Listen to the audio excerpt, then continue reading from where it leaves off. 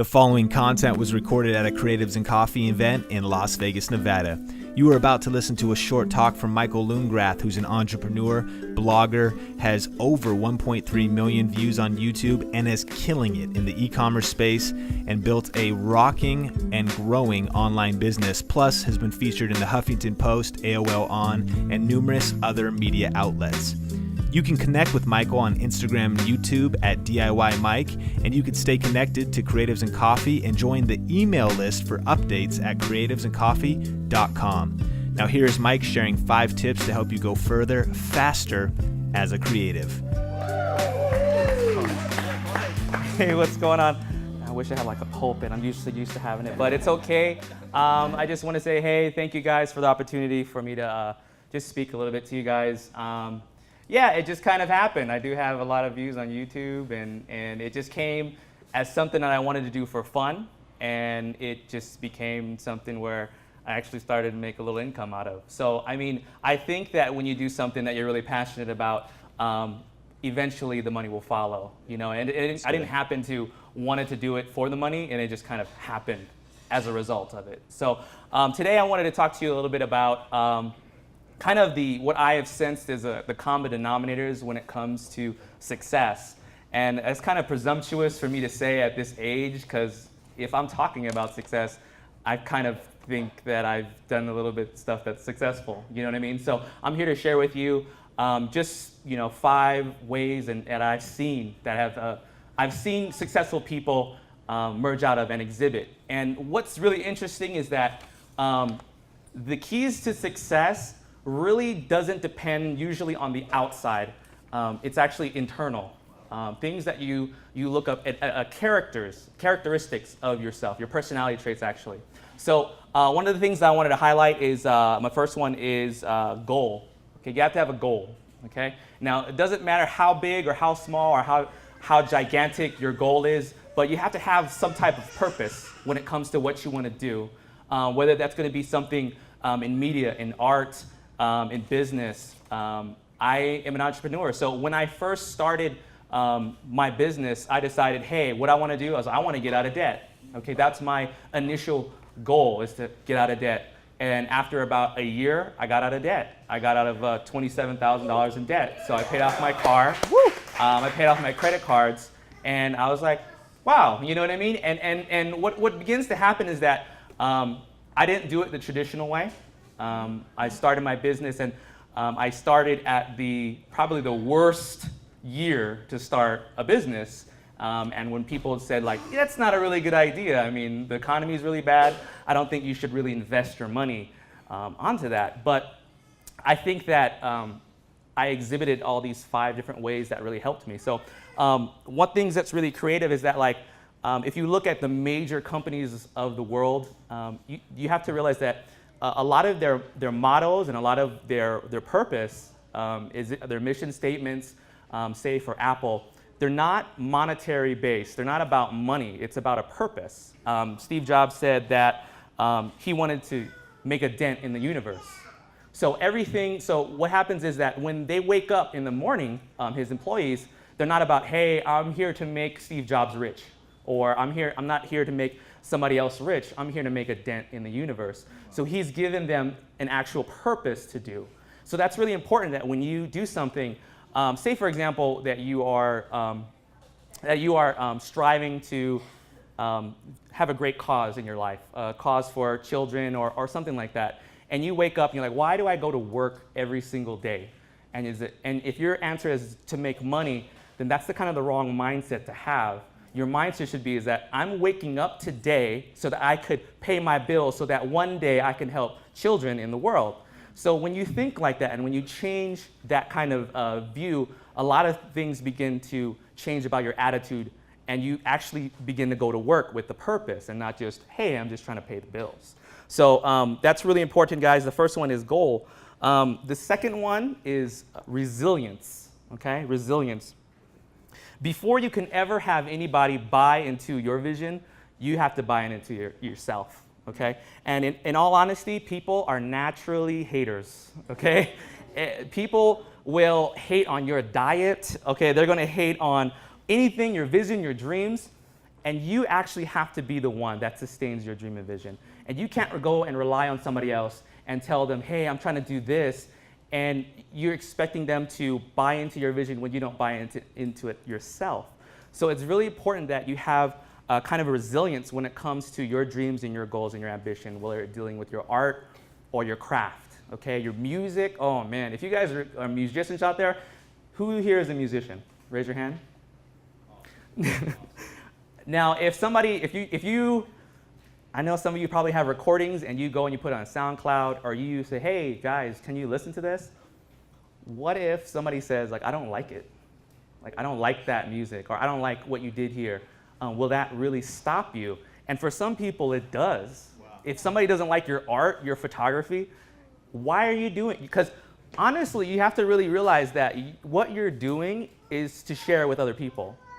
And it's important that, of course, that we get the affirmation of others. But initially, when you're starting out, when you're not that good, don't expect like high praises. It takes time, and you really have to be resilient. I remember when I first started my business, I went to an actual, they had a degree in economy, and they had economics, and they had a degree in business. So I went to these two people, and I said, hey, this is what I want to do. I want to create an e-commerce business. I want to do this. I want to buy this. And you know what they said to me? They said, if you do that, you're going to waste your money. And they said, that's not even a good idea to do. And I was like appalled, because these are my friends. And I was like, I thought, I wanted a pat on the back and, yay, go for it. But I got, the hand in the face. So what ended up happening was I ignored that. I ignored their advice, and I went into business. And as a result, I did fairly well for myself. So that's really something you should have, is resilience when it comes to your dreams and your vision. Another one is you have to be innovative. Okay, innovative. It's probably, I'd say, really, really important to be innovative when it comes to this. And if you don't know, my last job, I was actually a school teacher. And I was a sub, but I subbed there for a long time. And I was there, I had a class. And I realized that there's two specific types of students, okay? There's one student that will work hard, and they will find the solution to the problem, okay? And then the second type of student will look over the shoulder of that student and cheat and get the answer, okay? Those are the two types of students. Do you know what the number one question I get from people about my business and about what I do? They always ask me, what do you sell and how do I get it, okay? Which it translates into, I want to steal your business, I want to get all this information that you worked hard for, and I want to copy you. Wow. And that's the problem, guys, is that not many people are being innovative, okay? And if you look into, like this iPad I'm holding right now, before Apple ever dropped the iPad and put it out for sale, it was really revolutionary, it was really innovative, and then all these copycats came after result of it, okay? 2007, iPhone came out. What happened after that? Everybody just had a touchscreen copycat as a result of it. And Apple has been, time and time again, being very innovative. It's starting even with the iPod, which actually probably saved their company from going bankrupt. But really, guys, it's all about kind of, it's not, I'm not saying that you can't be influenced or have influence from some type of music or musician. But I'm saying is that if you're just creating the same old, you're never going to be ahead of the pack. You're just going to be a follower, and you're never going to be a leader when it comes to your craft or what you're trying to do. So those of you that are doing art, try to be more innovative, kind of do stuff that's not out there, and kind of, especially when you're putting stuff out that not many people are used to, they're going to be weirded out by it. They're not going to be ready for it. But if you just continue to practice and hone that craft, eventually people will notice, like, wow, he's doing something new, he's doing something innovative, he's doing something creative. So really it's all about innovation. The fourth one, it's really simple. It's called no. N-O, simple, no, okay? That's it. You gotta learn how to say no, okay? You gotta learn how to say no. And I know for a lot of us, we're like, yeah, I want to be a yes man, I want to do everything. But when it comes to your goals and your ambitions and your dreams, you have to sacrifice time and effort, and you have to sacrifice, you know what, maybe I don't want to hang out with my friends. Maybe I need to practice on the guitar a little more and not always try to have fun all the time. Or maybe I should just stay home and work on music or art or this or that. And you really have to learn to say no. And it sounds simple, but how many of you have a budget that you have a planned budget that you live by? And you might be, okay, oh, it's just a budget. It's just about, kind of spending your money in such a way that you can live within your means. But how many of you, when it comes to temptation, like for ladies, I hate to pick on you, but when you go out and let's go to the mall, just walk around shopping, window shopping. How many of you really don't window shop? You're like, I'm gonna get that. Like, I'm gonna get that. I need to get my nails, 2-for-1 sale, whatever. And you have like Express, they have those coupons. I hate Express. Do you know why? Because they're like, if you spend $70, we'll give you $20 off of your purchase.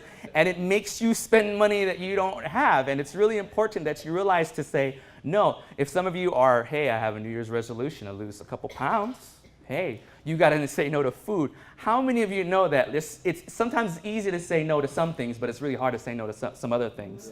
So it's really important, guys, if you have a goal, a dream, ambition, you got to cut things out of your life and you got to learn to say no to those things.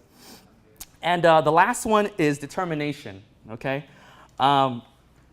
Really, when it comes to determination, I think this is probably the crux of everything, is that really when you think about it, like when you run through obstacles in your goal, you're striving for that goal and you kind of hit these obstacles and these roadblocks, it's what's going to keep you going. You know what I mean? After the praises are gone and you're like, okay, I'm on to the new thing, the next goal, what's going to keep you going? And I have a kind of a funny story to talk about here. And it's really, I have to really give credit to my mother for kind of instilling this notion and this personality trait of determination. And, really, when I was a little boy, okay, which was about, I'd say, 20 years ago. Even though I'm Asian, I kind of look a lot younger, so just bear with me. But my mother would ask me to do things I did not know how to do at a very young age. And she would say, Michael, she didn't say it like that. She's like, Michael, would you fix this for me? And then I would be like, sure, can you fix the computer? And I'm like, okay. I'm like 9, and I'm like taking out hard drives. And she's like, can you fix the VCR or the DVD player? Or can you fix the car or something? And I'm like young, okay? If you don't know, my mom actually owns a business on Fremont Street, actually for 25 years. And I remember when I was 7 years old, I was a cashier. Like, I literally checked people at 7 years. I have video of it, and she'll tell you, she's like, yes, he did. Every other customers thought it was really, really cute that I, like a little kid is checking them out, but I would just press the buttons, and I would do that. And what's really weird is what happens is that when, is that like after she kept asking me to do things, I really got annoyed of my mom asking me to do things. I was like, I'm really annoyed of this, But later I started to realize that, if I really put like my mind to it, like I really started to fix like everything that I touched as a young age, And, I would try to find, I tried hard, and, my mom is an immigrant, so she just kind of let me, she doesn't know that you're not supposed to let like little kids touch like heavy machinery or like knives or like tools. I'm all like, But, really, like, when I put my mind to it, I was like, wow, I can really accomplish these things. And I remember when I was 16 years old, I actually put together my car. It actually got into an accident, and half the engine was gone. So I just kind of put it back together with a parts car. And I remember when I went in and I started it, I sat in the seat, in the driver's seat, and I started the car, this immense feeling of gratification just came over me. And I was like, wow, like my car started.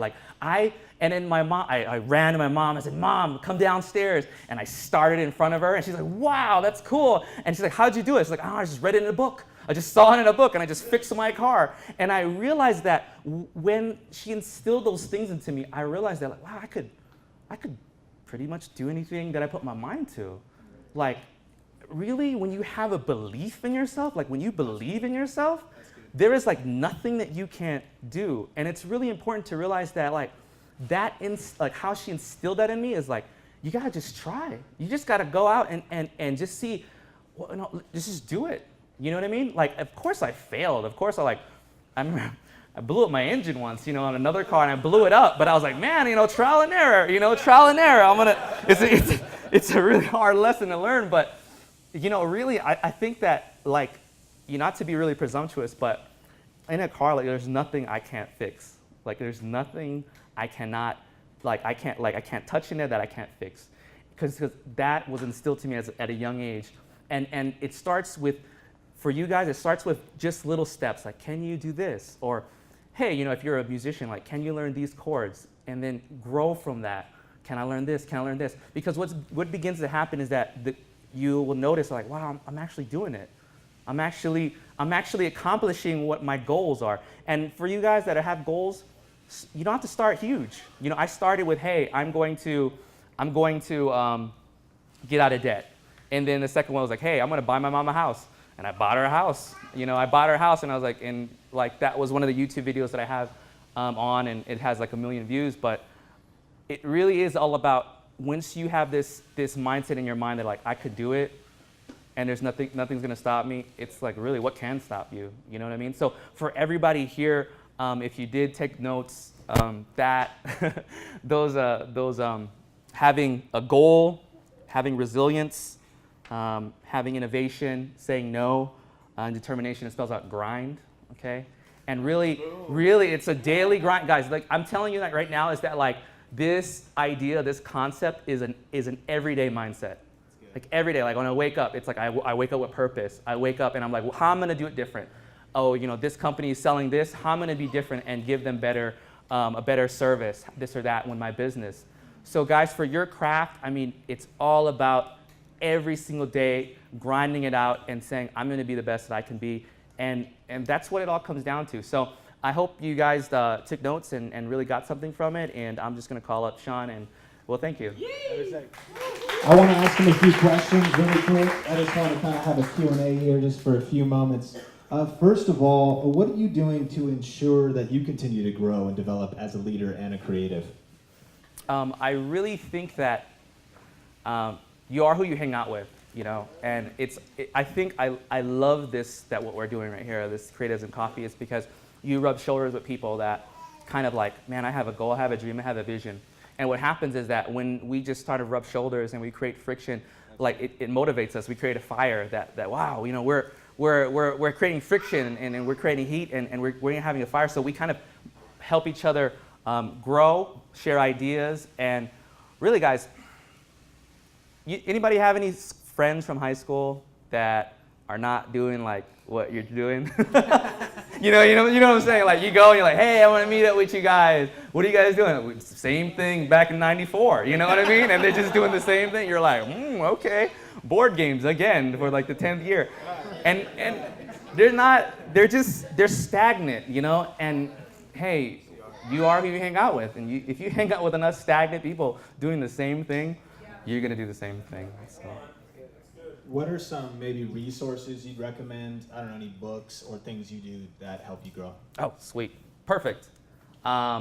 Think and Grow Rich by Napoleon Hill, one of the first self-help books ever. He basically interviewed what's his name? He was like the guy in Carnegie, there you go, Carnegie, and it's an old book, but it's some really good stuff in there, and I just read little snippets of there. Proverbs, the Bible and stuff, little fortune cookie sayings really helps me. Love those fortune cookies, look at me. But really, those kind of things, and really, I'm getting older now, I like read the news, and I like CNN, and because I really, if you want to be inspiration, then you read about and you listen to inspirational people. So those are the kind of, sometimes I can't get it, from across the street or your neighbor. You got to go out and go on the internet and try to look for inspiration, your muse. So that's one. Last question, and if anybody would want to ask a question, just come tell me why he's answering this one, and we could do one other one. But what would you recommend? We're at different places in here. Some people are at like 401, they're like professionals. Some people are at 101, they're just starting out. Right. What would you recommend? Just a few things. Obviously, grind. There's just incredible points just to be reminded. But maybe like what encouragement would you give to somebody that's literally just starting out in their creative stuff? I would say that what you're going to do is you're going to initially compare yourself to other people with more experience, and don't do that. Really, you cannot compare somebody who's been playing a guitar for 10 years versus you with 6 months. It's just not gonna, you're gonna feel down, like I suck so bad. But really, you're comparing apples to oranges. You're comparing a veteran to yourself, and that's gonna get you more discouraged. And what you really have to do is really not compare yourself, but just get influence from. Take a lot of people, what they want to do is they, like, oh, it's a comparing game, I have to be better and this or that. Like, that's not really the mindset that you should have. It's really like, how can I, like take that influence and flip it and create energy for me to like continue on to practice and be better, so that one day I can find my own identity. What's really important, if you didn't know, I also am a break dancer. Back in the day, I still do. But really important when I first started out breakdancing is that I just learned step 1, step 2. I just learned each individual step first, the basics. And what began to happen is that I started to branch out and create my own dance and become an individual dancer, not one that mimics somebody else, but my own individual person. So I think that's what's important for everybody here in your walk, is that what you're gonna do is you're just gonna get influence, you're gonna learn the basics, but you're gonna soon eventually branch out from that and create your own identity. Dude, awesome. Can we give it up for him one more time? Thank you. Wow.